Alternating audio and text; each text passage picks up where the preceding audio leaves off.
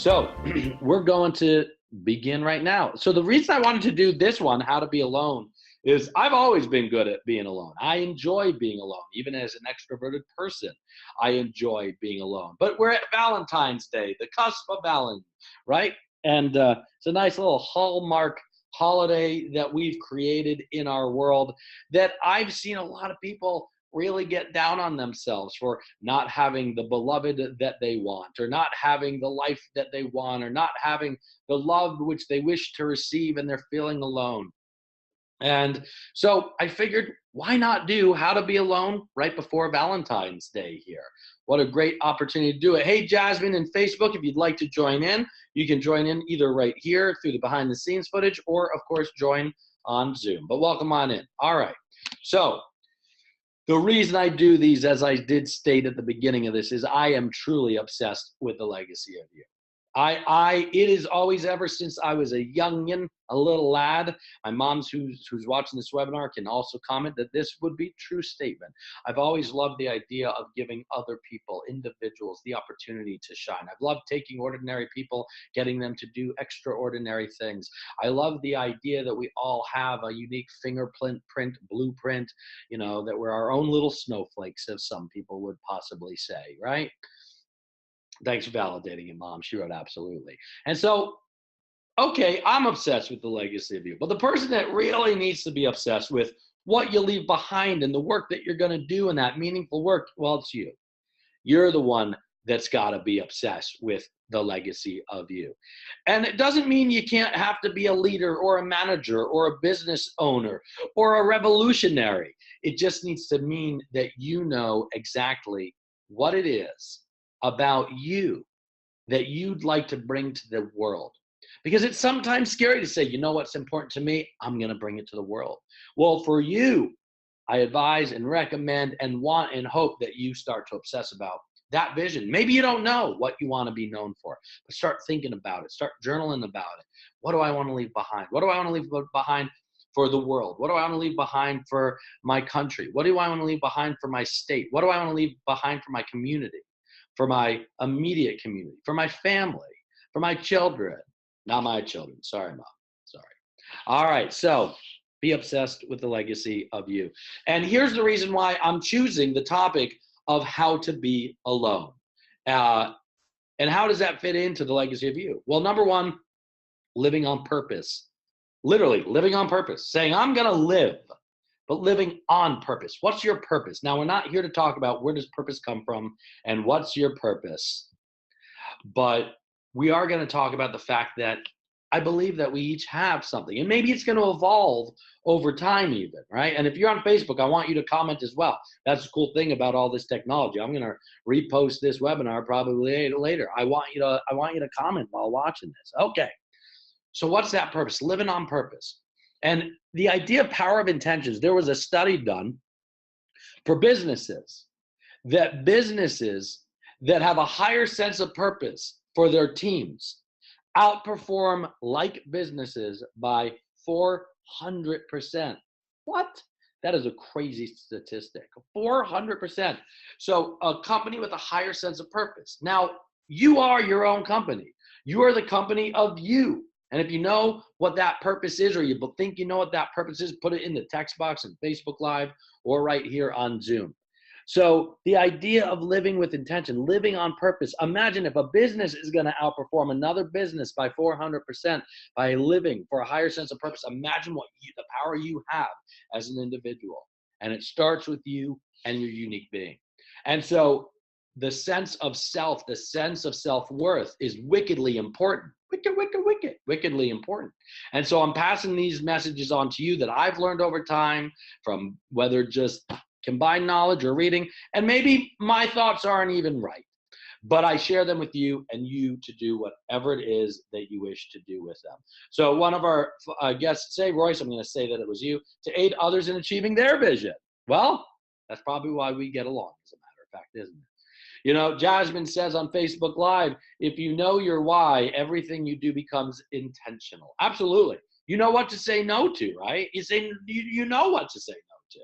So I hope you guys are starting to see right now that this is a live engagement. This is an opportunity for us to all to engage with one another. Hey, Matthew, thanks for coming in the room, by the way. And let's keep going. And and if you're watching this as a replay, or you're watching this as a post webinar on the Legacy of You channel, highly advise that you tippity tap your fingers away, send some direct messages to me, some emails to me. I love after these webinars whenever I hear some messages. All right, so here's the thought that I wish you to leave with today. If you were to hang up or stop, whatever, I don't know what it's called nowadays when you're doing a webinar. If you were to stop this right now, this is the only message I want you to get, that I'm saying this is the message I want you to be able to get from this experience. You can't, and that is, before we talk about aloneness and loneliness, you cannot love another truly until you love yourself first. Because the idea is, how can you give a gift to another person if you can't accept gifts by yourself? How can you serve another if you can't serve yourself first? And I always use this example, and other people who are in this room right now have heard me use this as an example. And that's when you're on the airplane and there's something going wrong and you got a little one sitting next to you. Who is it that they tell you should put your oxygen mask on first? You or the little one, or the person you're giving care for? The answer is you put it on yourself. And why is that? Because you can't assist another person until you can assist yourself first. So the imagery of that for me is always wickedly powerful. And in our world, in our cultures, in our societies, in churches, and sometimes synagogues, and wherever your institutions are, which bestow the values upon you that you have, what did they normally say? They say, serve others first, right? But how can you serve another first if you can't serve yourself first? When I first learned about this, a guy named Osho learned about it, this concept from Osho, blew my mind. I can't love another until I can love myself. And once I love myself, I have enough to give to somebody else. And so I've had conversations with people who have said they felt guilty with this idea, that this thought did not resonate with them well, because, well, I'm supposed to serve a higher purpose, a higher power. But you can't serve until you can be fulfilled yourself, right? Can't give to others. You can't gift to another person unless you can accept a gift for yourself. You can't romance another person unless you can romance yourself. And so that's the purpose of this today. Now, as we're going through this, if for those who don't feel loved, or do not feel the love for themselves, actually, should I say, the trap of not loving yourself first is there are organizations and institutions that prey on people who don't love themselves enough. Cults or gangs, abusive relationships, right? You might be in a relationship right now. You might be in a relationship right now and are incapable of getting out, or you might be in a relationship and feel alone or lonely. So we're going to touch on that today. And some of you might have, hey, Claire, thanks for coming in. So some of you who are in the room right now may get different things from this. But the idea is, stick with the message, stick with the ideas, stick with the thoughts. And some of them you're going to go, I'm going to put that one on a shelf. And some of them you're going to go, I'm going to gobble this one up. Okay? So continuing on. All right. So in this webinar, we're going to do this, defining alone. We're going to start there, defining alone. Then we're going to talk about permission to feel, making sure that you're connected to the way you're feeling on things. Then we're going to do a little more reflection about yourself. Then we're going to talk about being with others, and we're going to talk about being alone, because the ultimate idea is, how can I be alone? How can I be more productive being alone? And remember, there is a Q&A section. If you don't want to shout something out, you can put a question into the Zoom thing. Hey, my leadership buddy, feel free to hang out in here. You can also join through the Zoom webinar if you'd like as well, because this is just on Facebook, the behind the scenes footage here. All right. So that's what we're going to touch on today. All right. So define being alone. Well, let's do this before we define, as we define being alone. Let's talk about the difference of being alone versus feeling lonely, right? Being alone, physical state. Right now, I'm in this room alone. There's no covering that. I mean, I guess I'm not alone. I've got multiple people on Facebook and multiple people right here as well. But the idea of being alone, solitude, That's alone, right? Being in solitude versus feeling lonely. That's an emotional state, right? A physical state versus an emotional state. And so, which are you in? And that's the question, right? And if you like being alone, that is a good thing at the end of the day, if you like being alone, right? And some people feel guilty for liking being alone. Well, why? And where did that come from? We're going to explore that a little bit, right? And then if you're feeling lonely, here's my question for you. Are you feeling lonely because you want to feel romantic? You want to feel that sense of completion? You want that movie love? Is that what that's about? Or are you feeling socially alone? You don't have friends. You don't have people around you who accept you. And so you're feeling alone. So I'm going to launch a little survey here, if I can find my survey. So which one of these, for those of you in the room, and if you're in Facebook Live, you can answer here too. I'm gonna launch the poll. There you go. All right. So which most applies to you? You are often find yourself alone. Which of these phrases most reflects you? You often are alone, or you often feel lonely. You got to pick one or the other. Which one applies most to you? So that's the first question. So you can fill that out if you're in Zoom. If not, if you're not on the Zoom webinar, you can fill it, you can answer it and just throw it down right here on the webinar. So which are you? Feel free. The box should pop up on your screen if you're in the Zoom webinar right now. Which are you? Are you often alone, or are you often feeling lonely? And then the second question, which of these applies to you most yourself? I don't like being by myself. I wish I was in a relationship. I wish I was in a different relationship, or I feel insecure in general. Which one of those statements applies to you? So we've got some time here for some other people to be able to put their answers in the box here right now. So Dan missed some and froze. Oh, okay, Jasmine. Well, I'm going to ask the question one more time. Which applies most to you? You are often alone, or you are often feel lonely. Two different things. And so that's something to differentiate in our minds. All right, am I alone, or do I feel lonely? Solitude versus unhappiness. Happy being alone versus unhappy and being alone, and therefore feeling lonely. So again, if you're in the screen, feel free to vote. We've got most people saying I am often alone. We've got one person saying I wish I was in a relationship, and another person saying I wish I was in a different relationship. Very cool. So I'm going to give you guys one more second if you want, anyone else wants to talk here or put their input, and in that poll. Okay, Karen, continuing on, my friends. So being alone versus feeling alone. And what is it that you're feeling alone? Is it that sense I just want to have somebody, just like the movies? Or is it the sense of I want to feel loved by anybody right now? Okay, so let's talk now a little analysis here. Permission to feel. So this is a chart that hangs out in my office, all right? Give yourself permission to feel, and actually, hold on, I'm in the way. Feel and be truthful, all right? Can it be both, feeling alone and being alone? Well, if you're feeling alone, you can also be alone, right? That's a great question, Empowered More. So absolutely, it can be both. I'm saying, which do you have more? Are you alone, or do you feel alone? Which is it the most for you? And that was the question that I was referring to. So this is a sheet that I actually keep in my office next to everyone's desk, because emotions are important to us, because that's how we communicate, right? That's how we create sometimes, is through emotions. If you want this, I can send it to you. Just make sure you send an email. Someone wrote, none apply. How about I like being alone and in a relationship? That is, both are good. I love being alone and I love being in a relationship. I love having that opportunity. All right, and then we got a question here as well. What would I consider the opposite of alone and the opposite of lonely? I got to think about that. Lonely would be feeling a sense of contribution, right? A sense of fulfillment. Opposite of being alone is being with a lot of people, right? Being surrounded by people.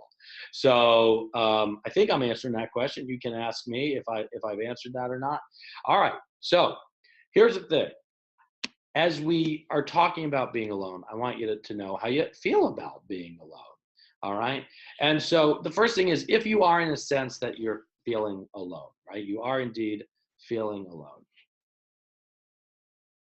I want, the idea is to lean in that feeling. If you're feeling lonely, it's so often we try to resist the way we feel, but the way we feel is our body and our biological instinct saying to us, hey man, You're feeling something. Now, I'm not going to say here, what is your feeling? But I'm saying the moment you resist the emotion and you pretend that emotion doesn't exist, you're turning off the way you feel. And when you turn off the notes on the low end of the keyboard, you're also turning the notes of the high end of the keyboard off too.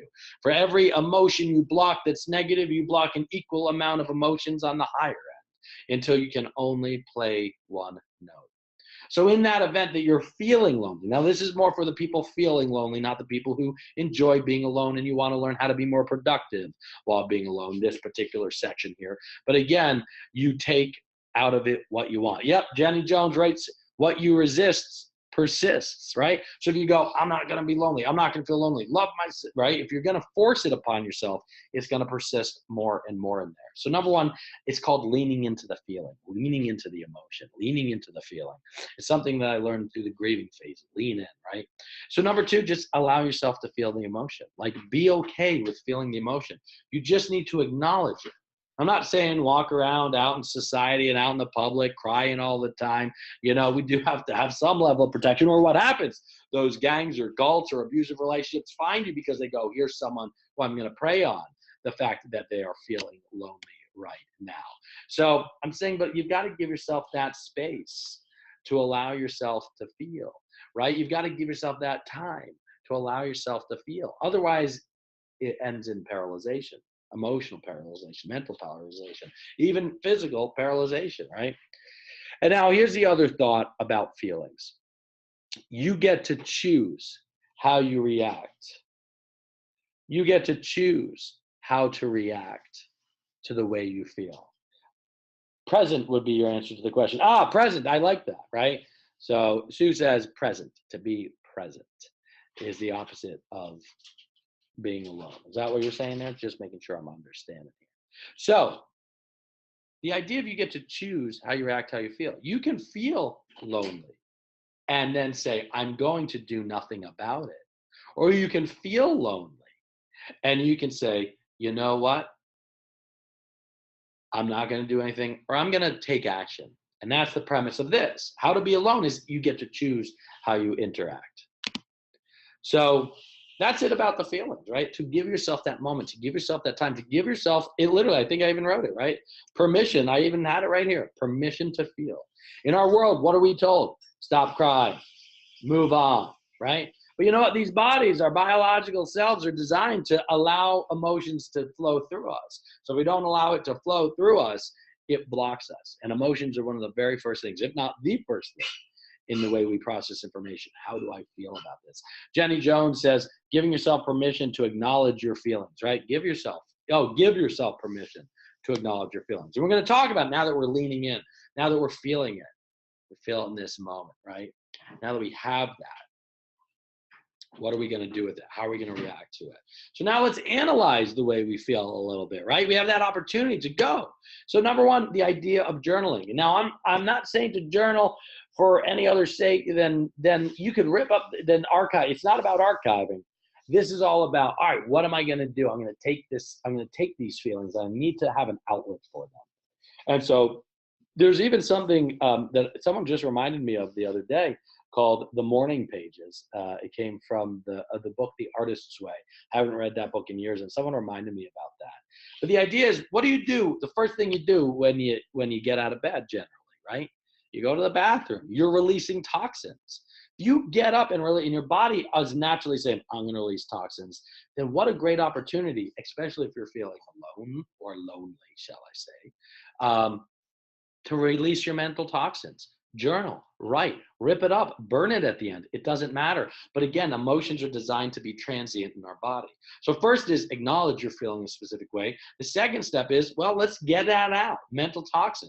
And you know, if you're not ready and comfortable to feel, to journal right now because you're not ready to be alone with your own thoughts, then find somebody who accepts you for who you are and talk with them.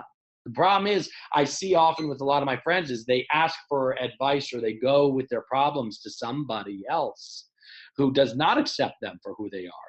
And therefore they end up not feeling welcome, understood, appreciated, and it ends and yields in loneliness. So you got to find somebody who's going to accept you for who you are. And sometimes that might even be a stranger. Back in the day, I used to work on the suicide hotline with my friend Sarah Honor, and we used to work on the suicide hotline, and we were complete strangers, but these were people who felt alone and needed to tell people how they felt in those moments. So that's why I'm saying the journaling, it's a mental toxin to get out. So Jenny Jones says, releasing your feelings on paper allows you to see them. That's an interesting way to say it too. It makes it more real and tangible, right, Jenny? And I think that's a really interesting concept. I never thought about that. I'm an obsessive journaler. So the reason I have this picture up on the screen, you can do it on paper. I personally use an app called Day One. I love it. It costs a few bucks, but well worth every cent. I've got it on my phone, my iPad, and my computer, because it's just like whenever I need to get those mental toxins out, that's where I put them. So my recommendation to you. Right. Correct, Jenny. Find someone who's not going to judge you for your feelings. For some people, that's members of a clergy. For some people, it's a complete stranger, right? So one step towards that loneliness, that feeling that you might have, is let's get the mental toxins out. We've got to acknowledge it, right? We've got to talk about this stuff. All right, here's some questions, and you can screenshot this if you'd like. These are things you can now journal about, right? So ask yourself questions. The name of the umbrella company of the Legacy of You, the company that oversees it, is Ask Yourself Productions, because I believe in the quality of the questions you ask yourself are in direct proportion to the quality of your life. Actually, I'm going to rephrase that. That's actually not the way I say it. The way that I say it is the quality of your life is in direct proportion to the quality of the questions you ask yourself. Jasmine, thanks so much. She says, there's a sense of safety talking to someone who isn't in your immediate life. Right, yeah? Like you guys all way across the world, right? Jasmine's a member of the Global Gratitude Slam that we do Monday through Fridays at 7:35 a.m. Eastern Time, Monday through Thursday on Periscope, Friday on Facebook Live. And so again, but sharing it with another human being who might not be in your immediate circle. There's nothing wrong with that. All right, so here's some of the questions. I don't need you to answer them right now, okay? You don't have to ask them in this very moment. And again, by the way, as we're having this conversation, just like our friends here on Facebook Live, here on Zoom, you can add your conversation inside the chat box or inside the questions here. Oh, yep, Sue said to answer Royce's question again, content. I like that. Content's a great word, right? Content's a beautiful word. To feel content in a moment, that's just sexy. So when do you feel the most lonely? You know, these are things you can answer, even if you don't feel lonely. But they're great questions to ask. And the idea of this is how to be alone. One of the first steps is ask yourself. So screenshot this if you'd like. When do you feel the most lonely? Do certain people make you feel more lonely? How long have you been feeling this way, lonely?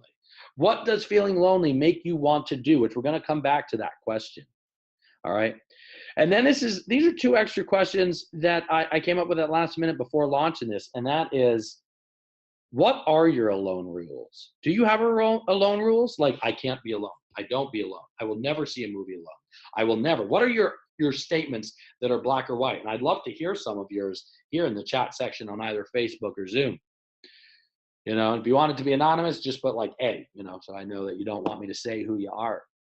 But what are those alone rules? I capitalize the A and the R because they're the big alone rules, the ARs. What are those alone rules you have yourself, and where did those rules come from? Would love to hear your input on that. And if you're not comfortable sharing it in this room here, you can always email me, michael@thelegacyofyou.com, or you can just journal about it on your own. Burn the paper at the end, rip it up, or never look at it again, or refer to it whenever you want.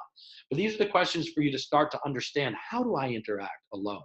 Which, by the way, we could talk about, but we're not today, about the introverted mindset. You know, I'm more extroverted. I get energy from talking to other people, right? Someone wrote, it's important to be okay with being alone. Oh, yeah, absolutely. Other people are introverted. They get energy from their own thoughts, being with their thoughts on their own, right? And so in this little world, it's okay. We're energized differently as people.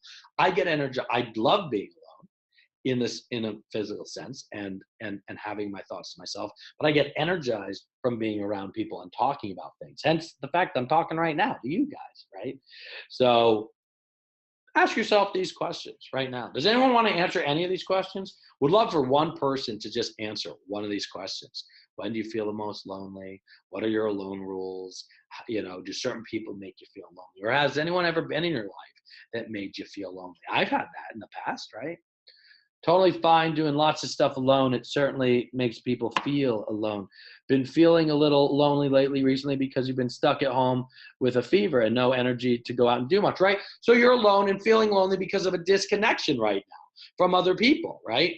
So you're feeling that, interesting. So you might be, as a person, a very secure person, but as you start to retract, for whatever reasons that it is that you're attracting, even if it's that you have a glandular fever, you're still not communicating. And we're social creatures. We're designed to be social creatures. Even the hermits have the ability to be social creatures, right? Someone says, I feel lonely when trying to connect with others through digital means. We're going to actually talk about that. We're totally going to talk about that. Thank you for bringing that up. It's interesting as the legacy of you has grown, and more interactions are online, there's still that sense of, I still don't feel that fulfillment of connection. Someone wrote, when I was married, it was the most alone I'd ever felt in my life. Interesting concept, right? Really interesting concept. Thank you for sharing that. Oh, it's called glandular fever is mono. Got it. Yes, mono, hence alone, one, right? Interesting. How interesting how that works out. Yeah, someone else, I think you mentioned the glandular fever. I was like, what is that? It's like, is it like tuberculosis, but mono? Got it. You totally felt that way when you were married too. For Jasmine, right? So look at that. Two people in the room, right? Stating that. Two total strangers stating, you know what? I was in a relationship and felt more alone than ever before. Interesting concept.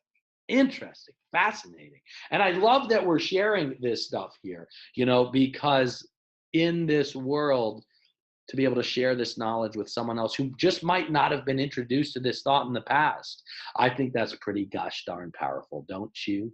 All right, so ask yourself those questions, right? So next is identify the patterns. Curious. In those moments, whether it's a present thing, asking you guys on Facebook or right here on Zoom, if it's a present thing, share, not share, but when you felt alone in the past, the lonely feeling, versus felt alone, like I feel alone, I'm in the room alone, versus I'm feeling lonely. What are the patterns? Identify those patterns that you get into. Because if you can't identify them, because I know in times where I felt lonely in some past while I was grieving, what are they? Do you excessively text message? Do you excessively go on social media? Do you excessively drink or excessively have sex? Do you excessively go to networking events that have empty meaning to you? What is it that you did or that you do when you feel lonely? What are the habits? Even one person, if you want to share in the past. So one person says they sleep, right? Excessive sleeping when you feel lonely, right?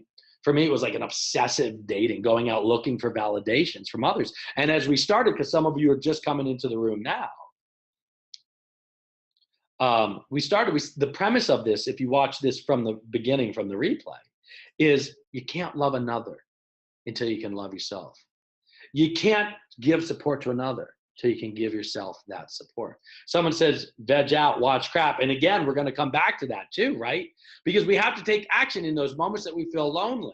It's easy to be passive and take no action. So that's important. We're going to come back to that. Anyone else want to share? So someone says, reach out to friends by phone and talking for hours, right? You can talk for hours and hours and hours and not be productive, and you're wasting your time and their time. Now, it is good that you're reaching out, right? Because you're feeling lonely, but you find yourself to be a little chatterbox. So it's great that we start to recognize these patterns in our lives, because we might be doing these patterns and not seeing them. I can tell you, I didn't see them as bad habits or patterns at the time that I was doing them. And so, but if we can start to go, I'm feeling lonely. What am I doing to fill that need? And maybe you're doing something healthy. Maybe you're not. But the idea is to recognize it. And that's what's important. Okay? All right. I'm going to touch on this only for a hot second. And if you did not have the opportunity to watch the last webinar that was recorded, which you can go to thelegacyofyou.com and watch that. So here we go. Ed says that he never feels alone playing music. That's interesting, right? That's a really cool idea. That's a nice, healthy way. I don't feel alone playing music. In the arts, it's important to be alone with yourself. Totally agree. I don't even think in the arts, in any world where you want to be creative, and creativity is nothing more than finding solutions in order to promote self-growth. Sue says, why does being in the presence or company of another human being have to equate, now I'm not alone? Being with my animals, I'm not alone as well. Absolutely. I'm going to mention that. That's what I'm saying. Let's differentiate being alone versus feeling lonely. Two very different things. And depending if you're just saying, you know what, I like being alone and I have guilt for it, you might get something different out of this than somebody who says, I'm lonely and I don't want to be lonely anymore. But again, you can't get out of that feeling lonely state until you have that love for yourself, that security for yourself, that comfort with being by yourself first, which is why this is all about alone, right? How to be alone. That's the name of the game. And I love that idea of not feeling alone. I don't feel alone when I'm creating. Man, I could create 24 hours a day, go without sleep, and feel fulfilled, surrounded by love or energy or people or dogs, right? All the time. So we are going to talk about the animals, right? Because we're going to talk about where does that alone feeling come from. And a lot of people have animals, might be alone, but don't feel lonely. And I think that's a really interesting idea. I saw a like from Debbie over there who has dogs, has lots of puppies in her life on a daily basis. So I'm only going to mention this because there was a webinar that I did last month called how to stop holding grudges against people literally forever. I mean, it's called something like that. We talked about forgiveness. And so if you were ever hurt by someone and that person makes you feel lonely, or you feel lonely and you're feeling bad for yourself, let's stop the clock. And if there is a necessity or if it's required to forgive, you got to forgive yourself first. Forgive yourself for feeling lonely if you need to. Again, this doesn't apply to everyone. I feel lonely. I'm okay. I'm going to give myself permission to feel lonely, and I'm not going to feel sorry for myself. I forgive myself for feeling this way, for feeling bad about myself, for being down on myself, for feeling insecure. I forgive myself for that. You got to start there.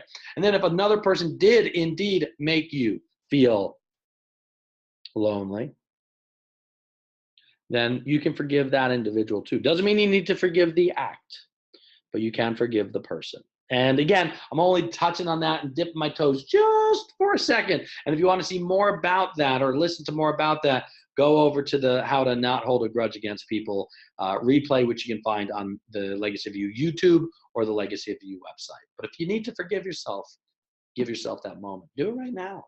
You can do it right here in front of people if you want, so feel free to shout that out.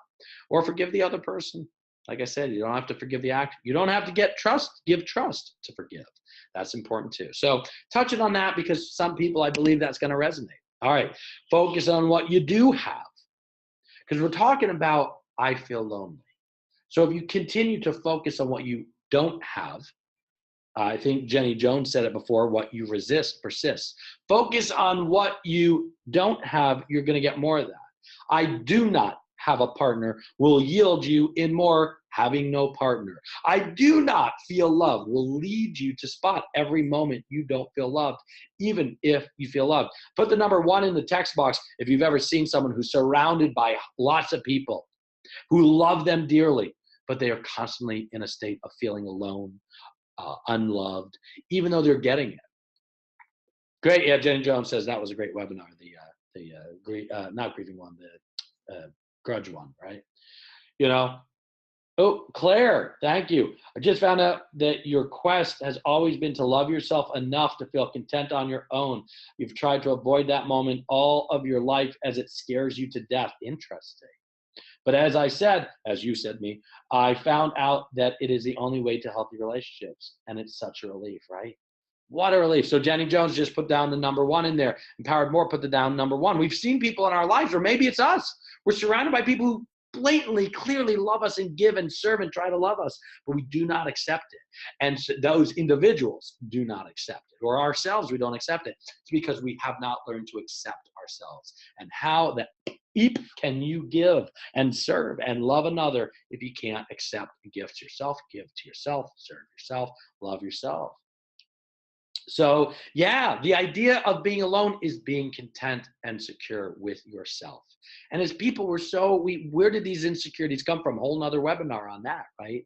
So focus on what you do have. So these are just some ideas. Take them down. A gratitude journal. Every morning when you wake up, 3 things you're grateful for, right? My global gratitude slam community knows this, right? What is it that I'm grateful for in that moment, in that day? What are you grateful for about not being in a relationship? What are you grateful for about being in solitude? What are you grateful for in those moments? Now, I know this sounds a little kumbaya, but you're going to get what you focus on. Focus on what I have. I have things in my life. I have my senses. I have my being. I have my ability to be alone, right? I'm in the right relationship, and that's the relationship with myself. So right now, actually, I love, especially since we have such a great global gratitude slam community here, if someone could give me I am grateful for something about the state of being alone. I am grateful that I can be alone and that I love being alone.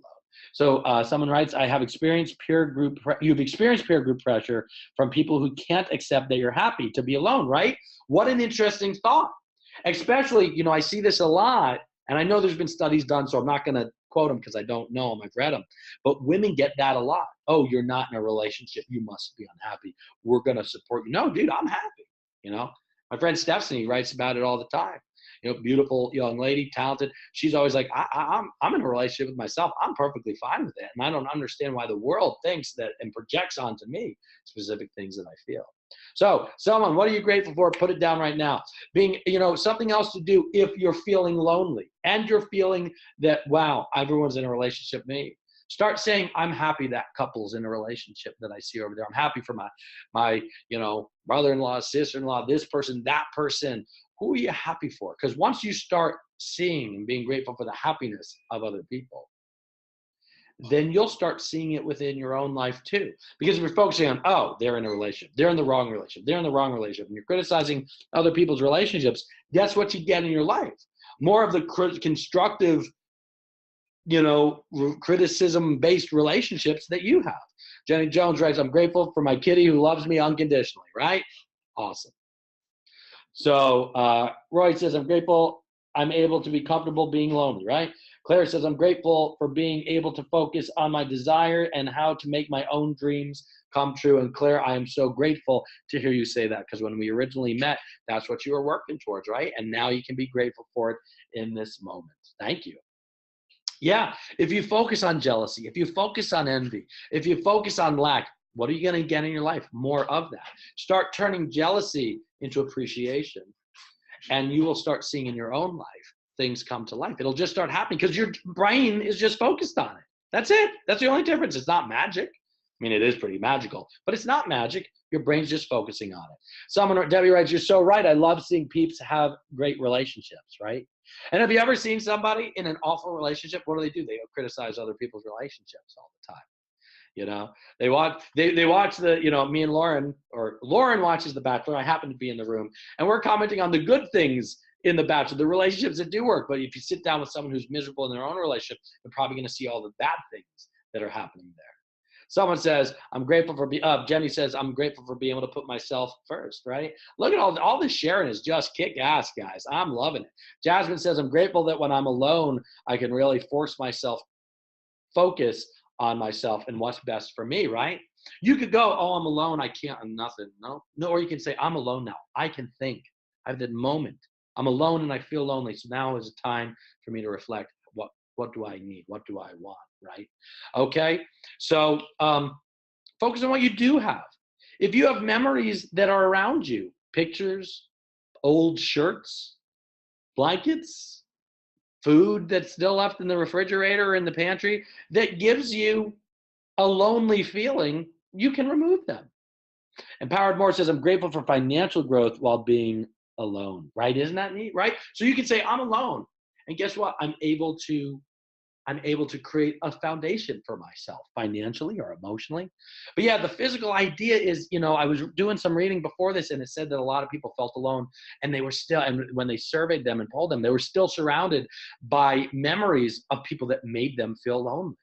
Now, I'm not saying get rid of everything and create your burn box. I'm just saying be aware of it.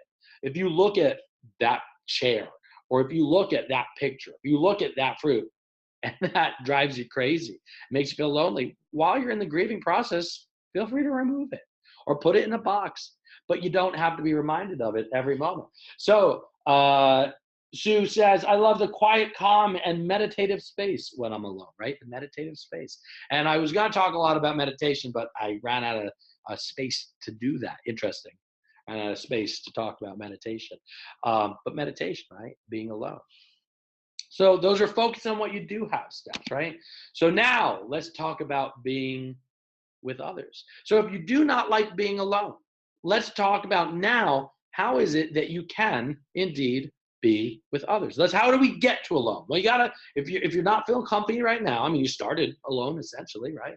But here you are with others. So how can we get more comfortable being alone, starting with others? One, go out with others. Here's a picture, Nueva York, right? Go out with others, but with no agenda to impress.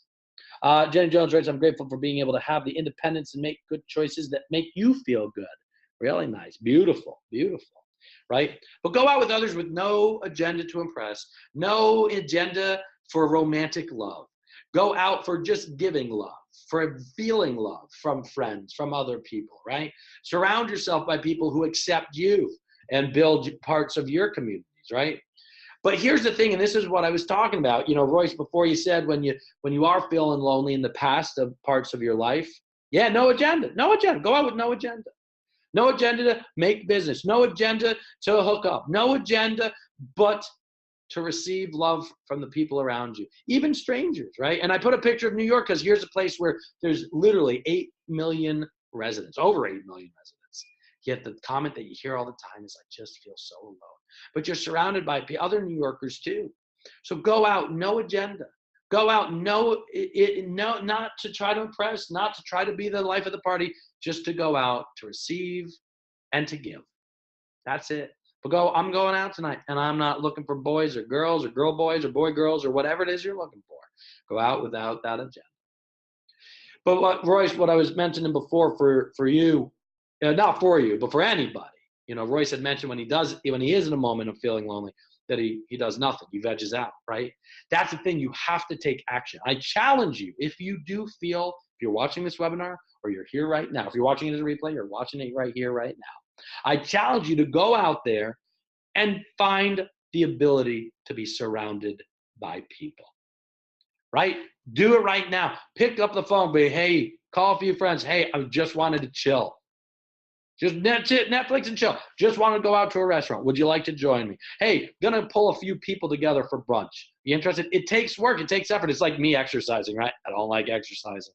But if I don't exercise, I don't feel good, right? And so I've got to say, but to feel good, I need to exercise. Same thing. I feel lonely. I don't have the energy. I don't want to take the time right now to pick up the phone. It's a choice. You get to choose how you react to feeling lonely. And I hope that sticks with you. If nothing else sticks with you, love yourself first, and you get to choose how to react when you feel lonely. So that you can choose, how do I feel? How am I okay being alone? Or how do I surround myself with other people? Several things I want to make sure I mention. Number one is safety first. Don't go out and put yourself in an environment where you'll be unsafe, a neighborhood, a bar, or whatever it is, right? So make sure if you do go out and you force yourself to go out, you put yourself into a position where you will not feel vulnerable, right? Do not surround yourself by codependent friends and possessive friends. It's important to watch for that. You've got to ask yourself, is this person in front of me dependent on me or possessive of me? Those are not individuals you want to be like. Put the number 2 in the text box if you've ever had a codependent or possessive friend. Even if you've been that person, right? Maybe you can spot it now. Ask yourself, am I the codependent or possessive friend? Because that's a sign that you are not comfortable with yourself enough.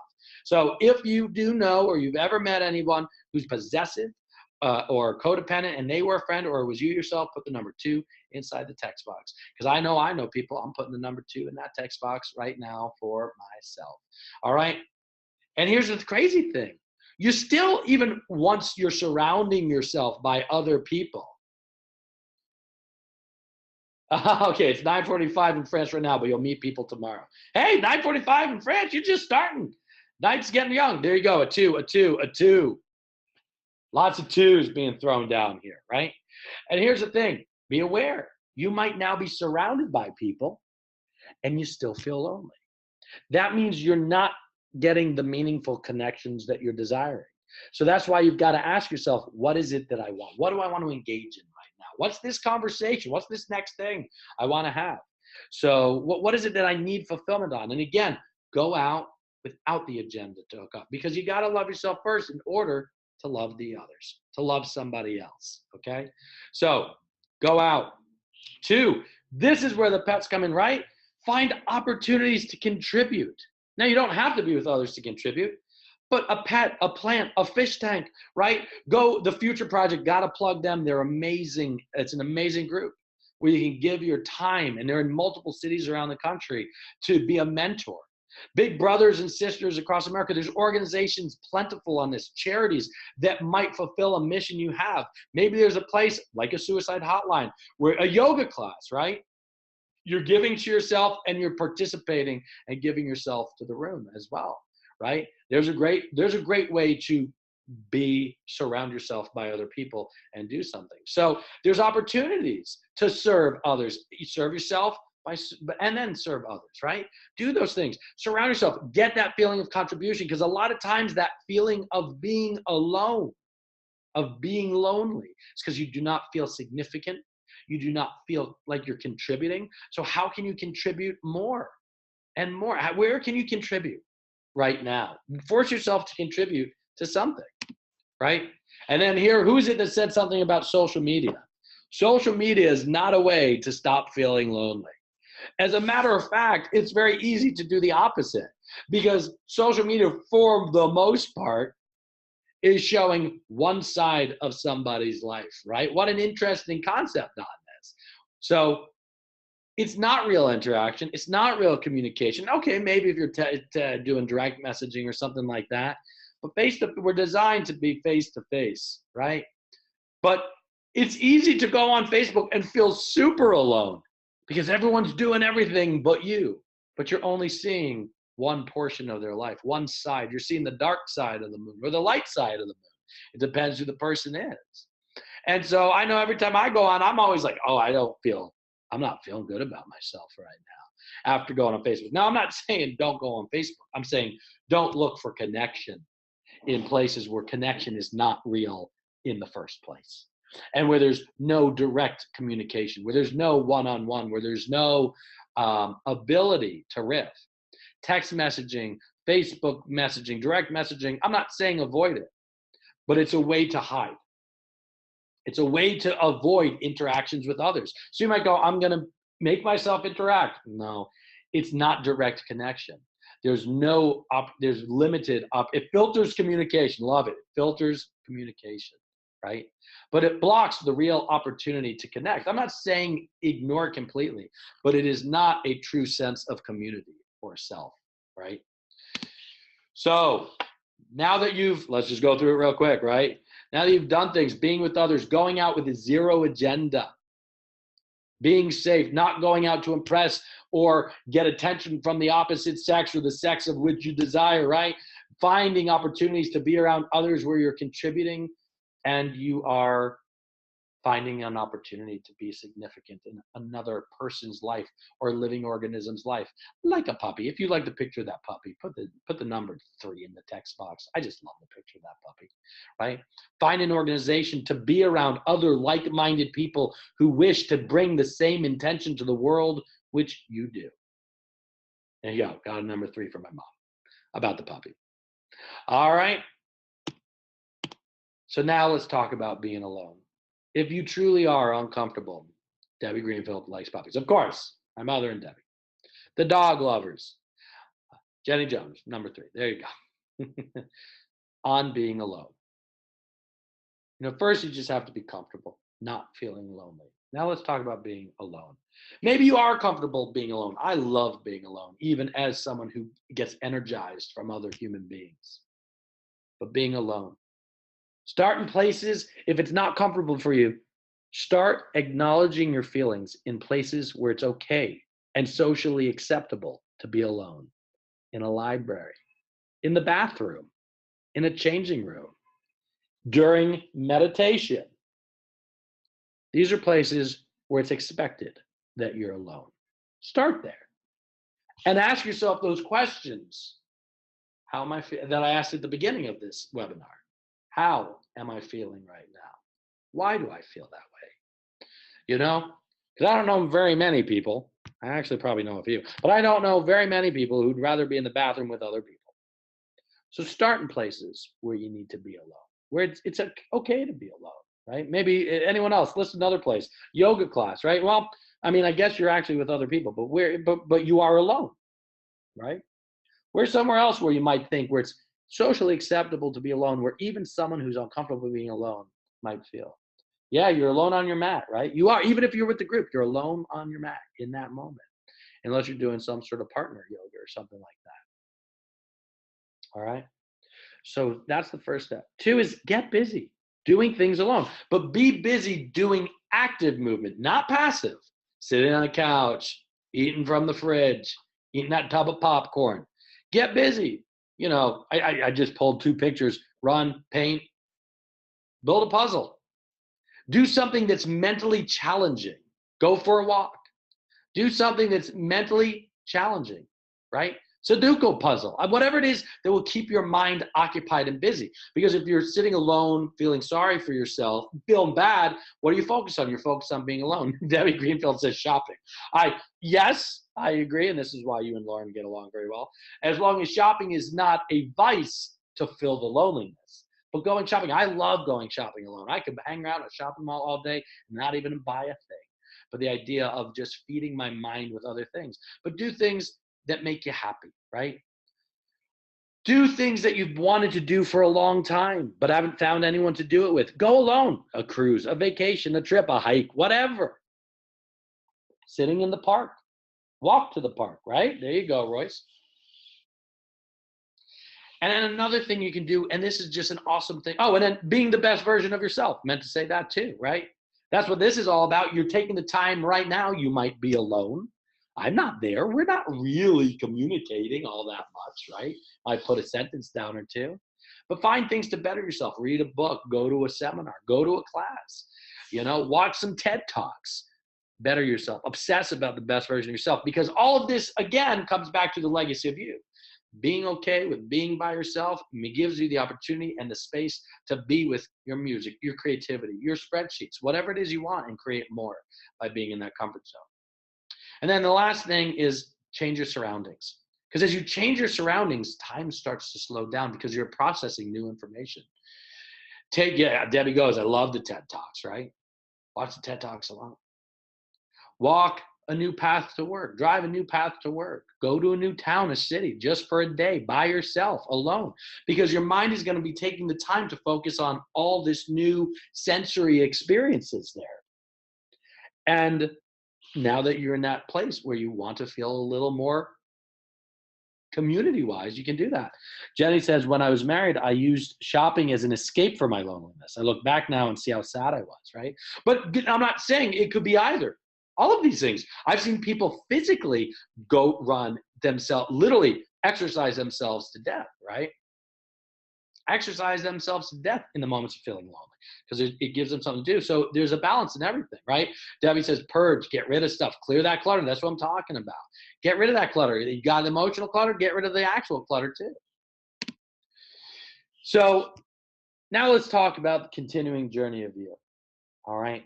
And that is, it's okay with not getting immediate results. If you want to be better at being alone and you still are feeling lonely, it's okay. This is not going to be a happy thing overnight. We're grieving a part of our lives in that moment. We're grieving in that moment something which is making us feel lonely. But now we're acknowledging it. We're feeling it. We're surrounding ourselves with other people. We're surrounding ourselves with things to do.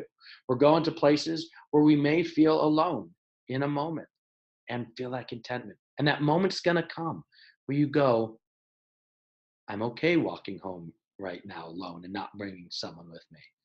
I'm okay sitting in the room right now alone. And it's going to come. But it's not going to happen tomorrow. Claire, as you call your people there at 9:45 p.m. in France, right? It's a process. Learning to be alone is a habit.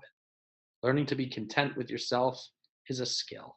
right? And so it's going to take time to build any sets of skills. This is just, you take out of it what you want. And then the other thing is, it's okay to get a mechanic. I don't own a car. I live in New York City. But if I had a car, I wouldn't try to fix it myself if I didn't know what was going on. I say the same thing about the human brain. This thing is more complicated than the car, right? And again, for those of you watching on Facebook, you're missing out on all the visuals. I got to figure out a way to do that. So it's okay to get a mechanic. I know when I first went to get one, I was against it. But man, there are people out in the world that specialize with this mind, with the human brain. What's wrong with talking to them? You know what?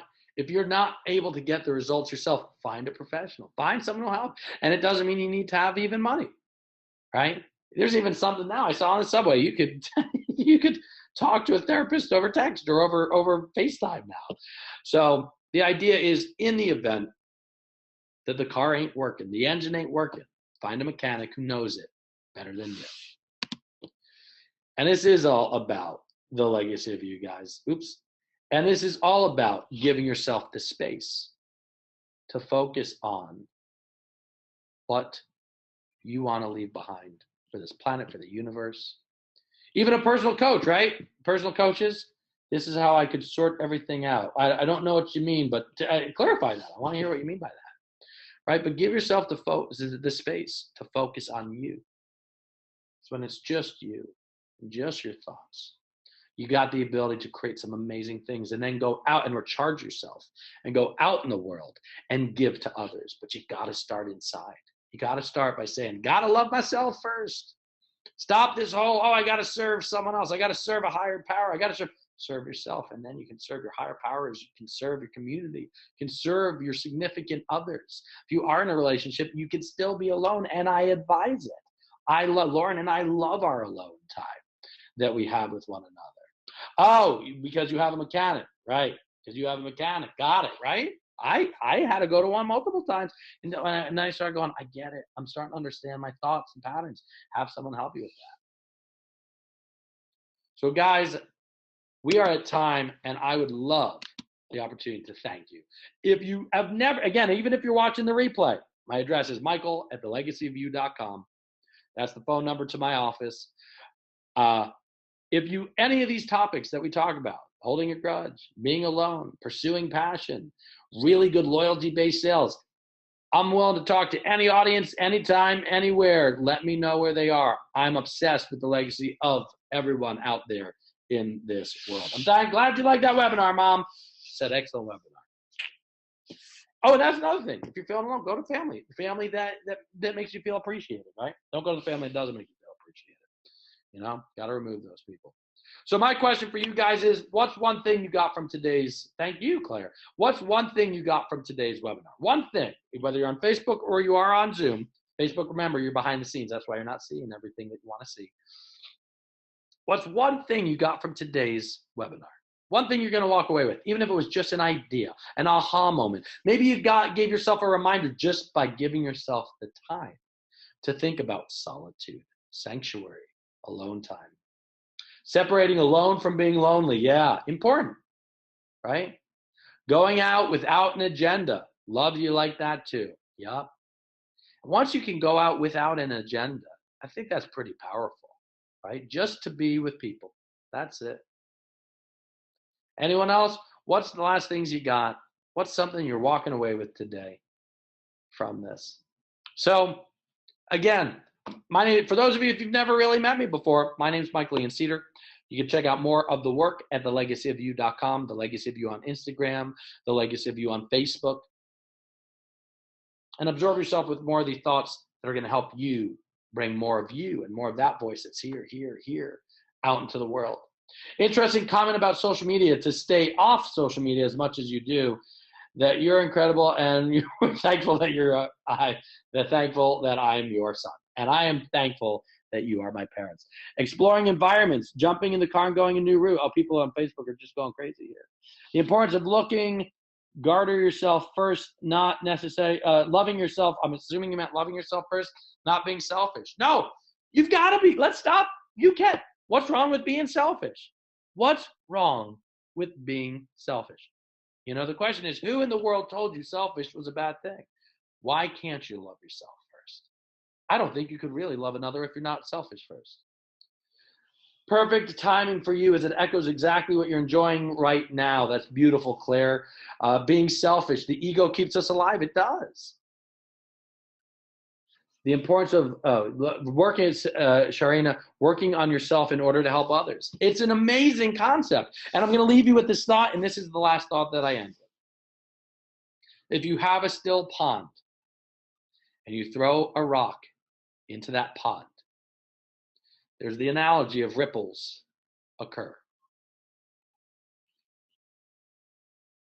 Where does the first ripple occur? At the source. You can't have a second ripple without the ripple that occurs at the source first. And so if you want to have a legacy that ripples out and affects the people in the world, your community, your family, the universe within itself, you've got to accept that the first ripple from throwing your rock into the pond begins with you. Peace out, everybody. Thanks so much for coming in. Loved having this. This was an awesome participation experience. And I can't wait to hear how being alone helps the legacy of you. Take care.